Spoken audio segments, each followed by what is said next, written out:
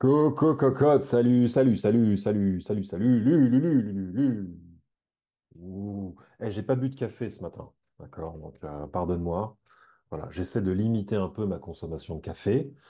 Tu permets, donc, tu vois, hop. Il paraît que l'eau, c'est pas mal. Je connaissais pas. J'essaye. Bon, ça n'a pas trop de goût, mais on fait avec. Bon, mon ami, j'ai été voir Baby Girl. Baby Girl. Avec Nicole Kidman, notamment, et Antonio Banderas, notamment. Voilà. Donc, Baby Girl, c'est quoi? Alors, j'ai pris des notes, comme toujours, hein, tu sais, moi, quand j'aime, je prends des notes. Et j'ai aimé ce film, qui a soulevé pas mal d'objections, mais pour ma part, c'est un très bon film. Alors, c'est quoi, Baby Girl? Qu'est-ce que j'ai écrit? J'écris mal. Ah, non, tu peux pas me relire. Oublie. J'ai écrit que c'était l'histoire d'un coup d'État érotique. Le subordonné prend d'assaut la place de sa supérieure et inversement. Pas dans la sphère professionnelle, mais dans la sphère érotique. Le subordonné devient le dominant, le maître du jeu, et la supérieure l'objet de son contrôle. Voilà ce que j'ai écrit. C'est l'histoire d'un coup d'état érotique, je viens de le dire, d'un bras de fer entre un homme et une femme. Alors, j'ai déjà fait état du déséquilibre relationnel, ce que c'est que le déséquilibre relationnel et pourquoi ça nous captive, au moins à l'écran, pourquoi est-ce que ça suscite à ce point notre intérêt. Sur cette chaîne, j'ai étudié une scène de Game of Thrones à ce sujet, une scène de Vikings à ce sujet, j'ai étudié l'Empire des Sens, la série espagnole Élite. Bref, que des œuvres où il est question, en partie, de ce que j'appelle le déséquilibre relationnel. Euh, alors, a priori, nous sommes tous à la recherche d'un équilibre entre les parties présentes. Sauf que c'est le déséquilibre qui donne un peu de sel, un peu de substance. J'ai oublié de te citer Basic Instinct. J'ai aussi étudié, analysé Basic Instinct sous ce prisme-là. Hum, quoi d'autre? Quoi d'autre? Ah oui. Alors, Baby Girl, c'est quoi concrètement? Alors, selon moi, c'est l'histoire d'une femme, Nicole Kidman, donc, qui en a assez d'écrire un roman et décide plutôt d'écrire un poème classique, un poème en alexandrin. Tu vas me dire, mais qu'est-ce qu'il a fumé? C'est parce il arrête pas de boire de l'eau qu'il dit n'importe quoi. Quel est le rapport? La nana, en l'occurrence Kidman, slash Romy dans l'histoire, est patronne d'une boîte de tech spécialisée dans l'intelligence artificielle. Il est où le rapport avec le roman? Je t'ai expliqué, t'inquiète pas. Euh, Qu'est-ce que j'appelle le roman? Alors, on va dire le roman. Alors, c'est pas, faut pas voir ça comme un roman physique, un roman de papier ou un roman numérique. C'est pas tout à fait ça. C'est une image que je vais te donner. Je te dis que le personnage de Romy en a assez de vivre sous la férule du roman. Le roman n'a pas de règles à proprement parler. Tu peux écrire un roman qui fait 125 pages, ce sera un roman court. Tu peux écrire un roman qui fait 1500 pages, tel Le Seigneur des Anneaux, par exemple. Euh, et ce qu'il faut comprendre, c'est que la prose du roman te permet une certaine liberté d'expression, contrairement au poème classique, au poème en alexandrin, où il est question de suivre un certain rythme, de suivre des codes très serrés. C'est 12 pieds l'alexandrin, 12 syllabes, ok? Pas une de plus, pas une de moins. Tu peux pas faire un poème de 1500 pages, enfin, tu peux t'amuser à le faire si tu veux, mais pas grand monde le lira, j'en ai bien peur. Moi, peut-être parce que j'adore la poésie, mais bref. Tu vois, les codes de la poésie classique sont beaucoup plus stricts que ceux du roman. Tu l'auras compris. Euh, Kidman, dans le film, vit un roman avec sa famille, aux côtés de son mari, incarné par Antonio Banderas, ses deux filles. Euh, c'est une relation longue durée, comme peut l'être un Crime et Châtiment de Dostoïevski, tu vois ce que je veux dire? C'est étiré dans le temps. Elle est mariée depuis au moins quelques décennies, enfin, peut-être un petit peu moins, mais voilà, elle a deux filles adolescente. Euh, Banderas, voilà, il est beau gosse avec sa petite barbe. Elle est mieux faite que la mienne, hein, poivre et sel, machin. Donc voilà, on table sur la durée, exactement comme le roman. On table sur la sécurité. On table, qu'est-ce que j'ai dit d'autre? Sur la prospérité, le statut social. Je viens de te dire que Romy, alias Kidman, était patronne. Ok, c'est une femme d'envergure, une femme de pouvoir. Bon.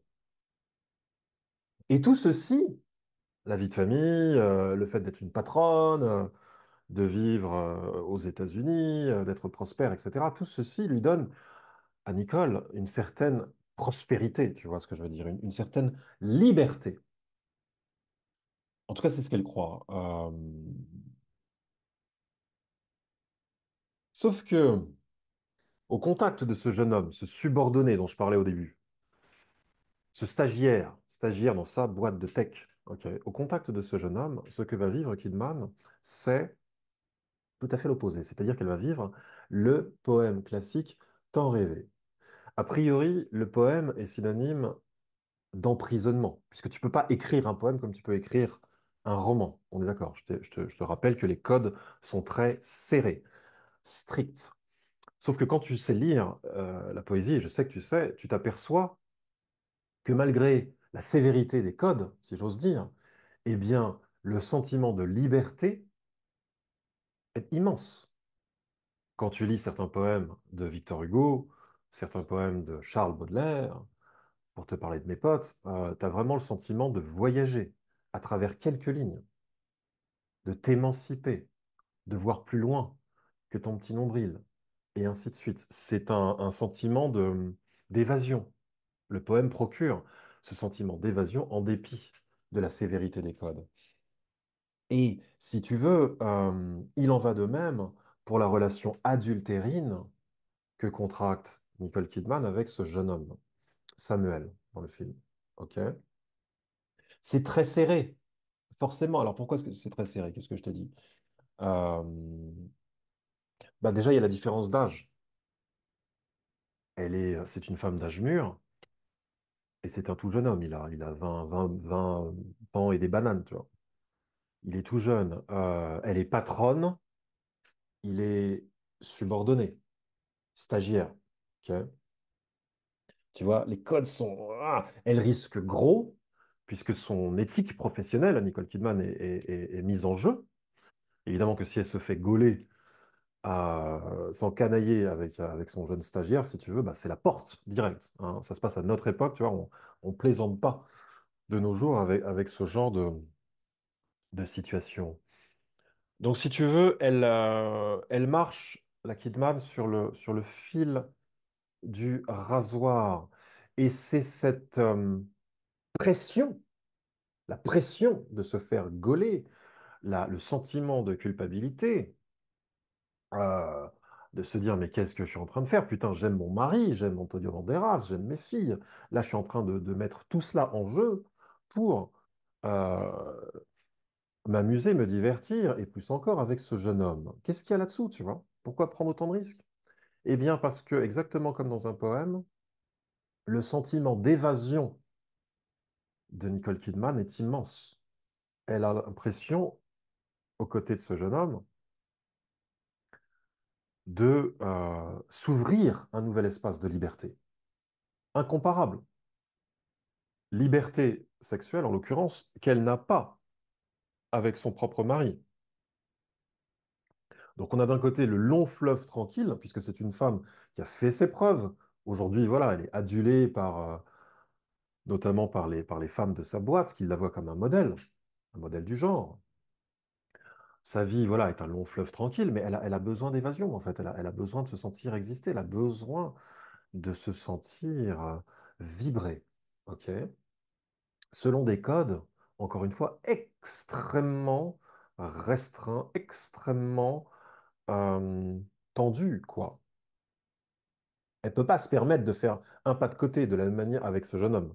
De la même manière qu'en poésie, tu peux pas te permettre, si tu fais de l'alexandrin, d'écrire un vers de 13 pieds.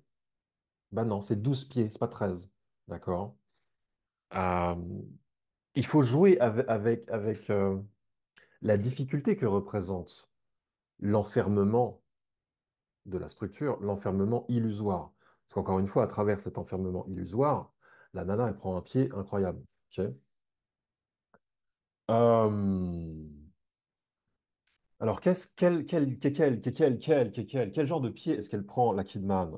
Donc déjà, là, je vais comparer le mari, Antonio Banderas, et Samuel, d'accord? Donc, d'un côté, on a un mari de vaudeville.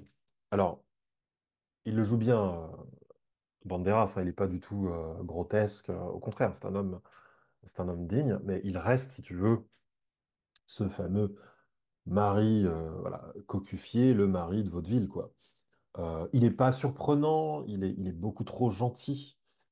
Alors sexuellement, il ne prend aucune espèce d'initiative. C'est une crème, le Banderas, tu vois. C'est une crème chantilly. Donc on a la crème chantilly d'un côté et on a le rhum à 50 degrés de l'autre.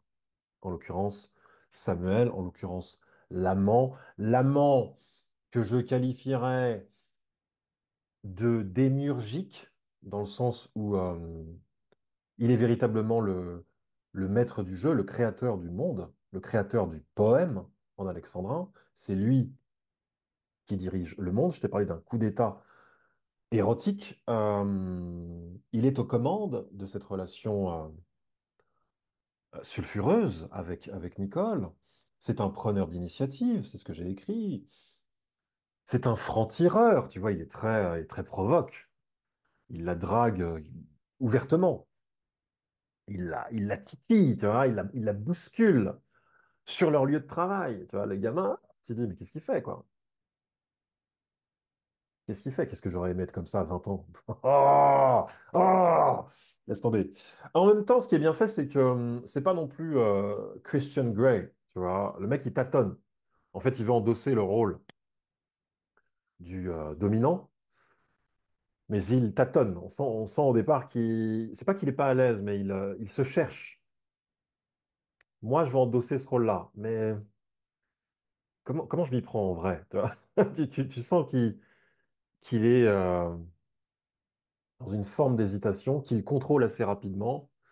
Nicole Kidman, voilà, lui donne son assentiment total. C'est une relation tout à fait consentie, de part et d'autre. Ok.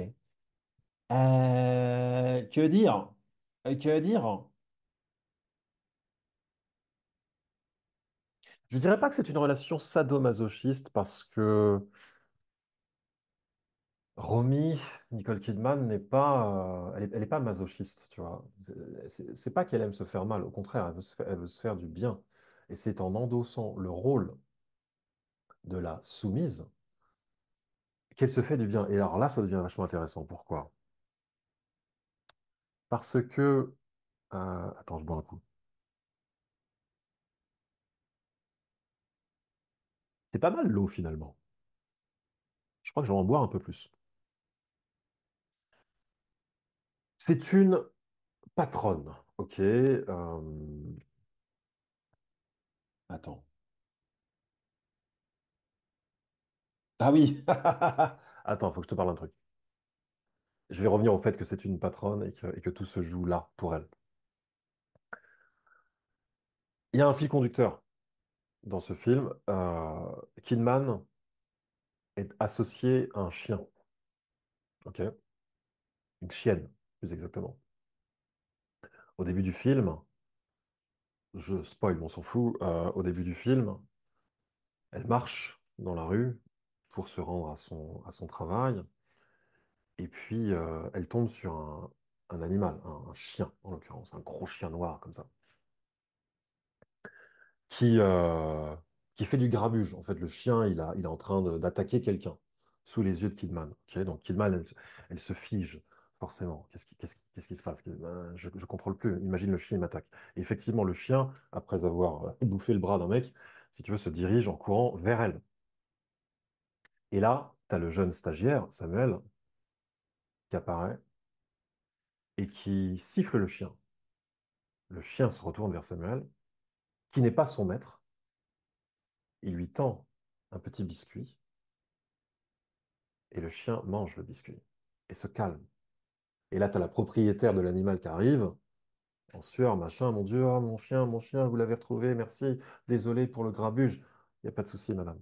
Kidman voit tout ça. Elle voit comment ce jeune homme, Samuel, son futur stagiaire, parce qu'à ce moment-là, elle ne sait pas qu'il sera stagiaire dans son entreprise, dompte l'animal. Et c'est à partir de là que l'attirance pour ce jeune homme va se faire. Pourquoi? Parce que Kidman se voit très très bien endosser le rôle de la chienne, le rôle de l'animal. Tu vas me dire, mais c'est complètement dégradant. Attends, attends. C'est la surface des choses. Il faut toujours essayer de creuser un minimum. Elle est patronne, elle est puissante, elle est à la tête de son entreprise, et pas n'importe laquelle. On parle d'intelligence artificielle. La nana, elle est dans les clous de l'ère du temps, ok? Elle domine son monde, qui en est devenu un long fleuve tranquille, je te l'ai dit. Quelle est la prochaine étape? La prochaine étape pour elle, c'est de goûter à l'inverse de ce qu'elle vit.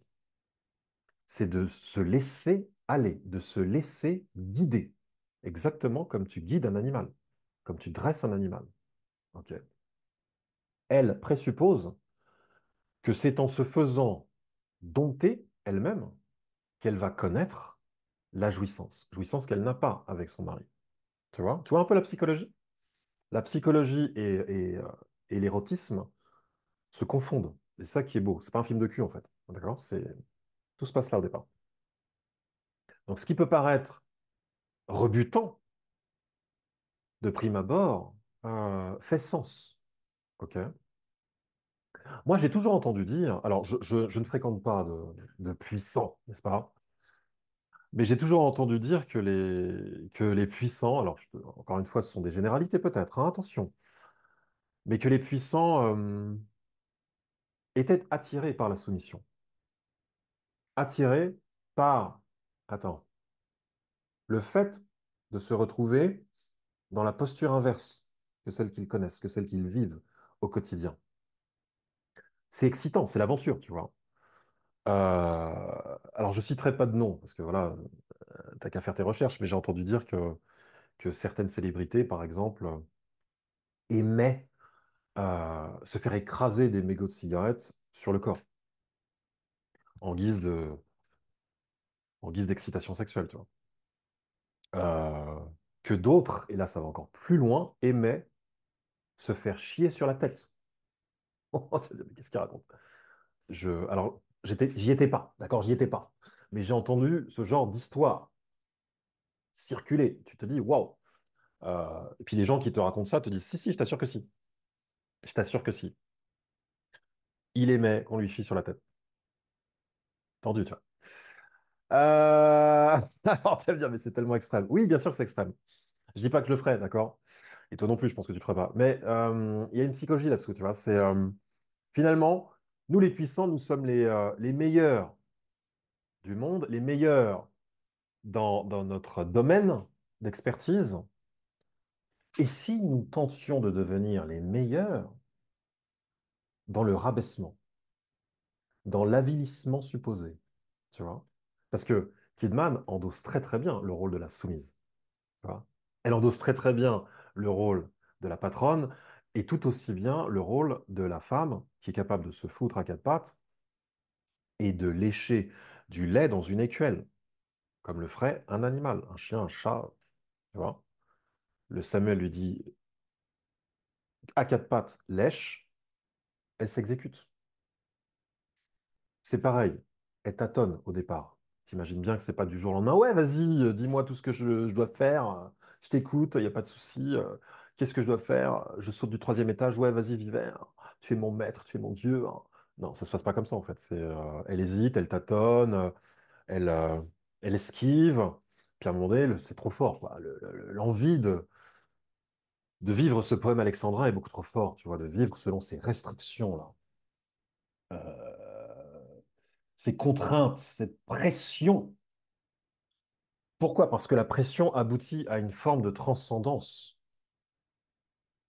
C'est parce que tu es sous pression qu'il t'est donné l'occasion de te transcender. On a tendance à croire l'inverse. Mais crois-moi que les gens qui dépassent leurs limites le savent. Les grands athlètes, les grands artistes, les hommes d'affaires et autres, si tu veux, les grands voyageurs devant l'éternel, tu vois, c'est sous pression, c'est sous contrainte que bien souvent tu donnes le meilleur de toi-même et tu te transcendes. Euh, c'est Fellini, le réalisateur italien Fellini, qui disait, mais donnez-moi le budget le plus restreint du monde et je vous ferai un film incroyable. Tu vois? Il disait, l'emprisonnement budgétaire qui est le mien a fait de moi l'artiste que je suis devenu parce que j'ai su composer avec les difficultés, j'ai su me montrer créatif grâce aux difficultés et en définitive, j'en ai tiré un certain nombre de chefs-d'œuvre du septième art, tu vois.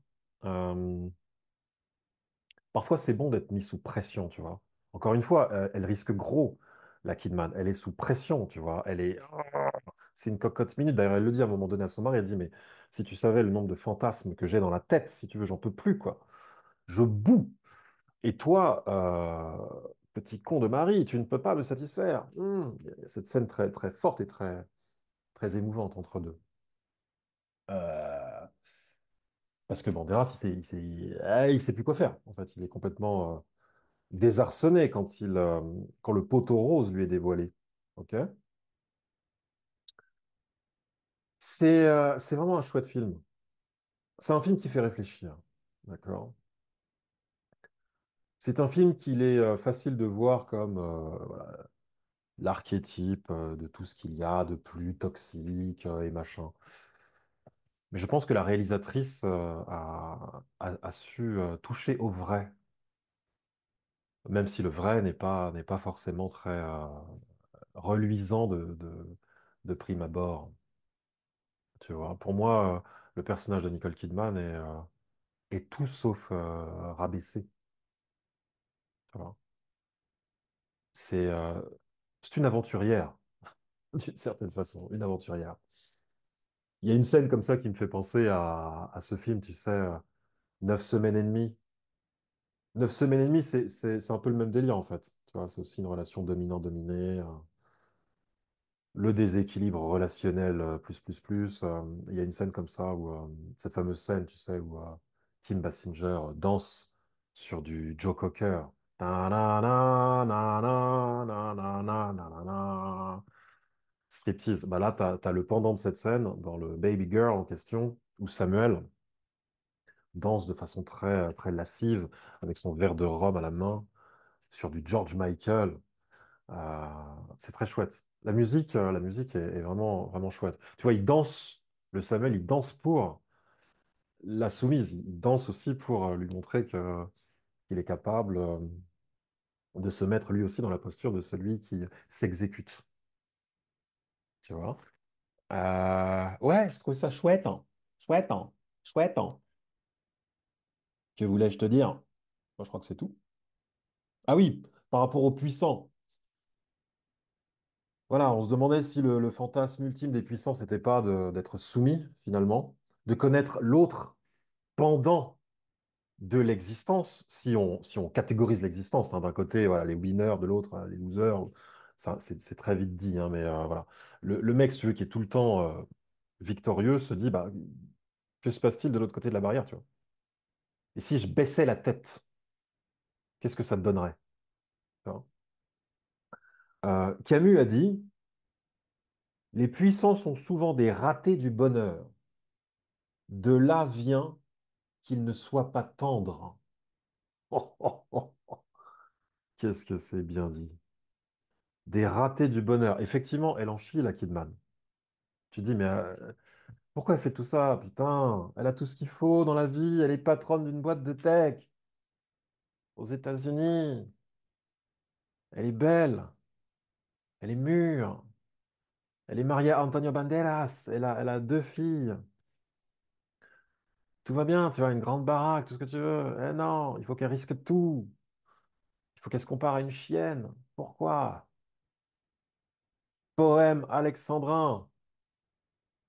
Plus les circonstances sont exiguës, difficiles, plus c'est grisant. Euh, Après, il faut le vouloir, évidemment, hein. Si on restreint tes libertés sans ton accord, ça ne vaut rien. On est bien d'accord là-dessus, hein. Elle est tout à fait partante pour l'aventure, la Kidman. Voilà, mon ami, Baby Girl, va voir ça, ça va te faire réfléchir et je t'embrasse, quoi. Je t'embrasse. J'ai envie de te parler, moi, je te parlerai toute la journée s'il le fallait. Mais là, tu vois, j'ai un roman à écrire. Et voilà, c'est dit. Bah oui, tu sais que je suis sur Zaki. Zaki 1, Zaki 2, Zaki 3 maintenant. Je vais te faire un petit package et tu vas lire les trois romans d'un coup.